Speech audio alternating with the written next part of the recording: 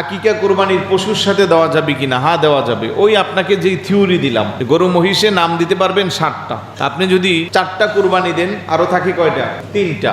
এখন আপনার একটা ছেলে আছে, একটা মেয়ে আছে, তাদের আকিকা দিবেন, তাহলে মেয়ের নামে 1টা, আরো থাকবে কয়টা? 2টা। আপনি যদি হাদিসের উপরে ভালো করে আমল দেন, তাহলে ছেলের নামে 2টা, তাহলে আপনি 60টা নাম হয়ে গেল। এভাবে আপনি হিসাব করে দিতে পারবেন। ছেলে হলে 2 নাম, অধিকাংশ ফিকার কিতাবে আসছে যে 1 নাম দিলেও চলবে। তা আমি বলবো যাদের সামর্থ্য আছে, দেওয়ার যোগ্যতা আছে, আপনারা 2 নামই দিবেন। কয় নাম? আকিকাতে ছেলের জন্য 2 নাম, মেয়ের জন্য 1 নাম।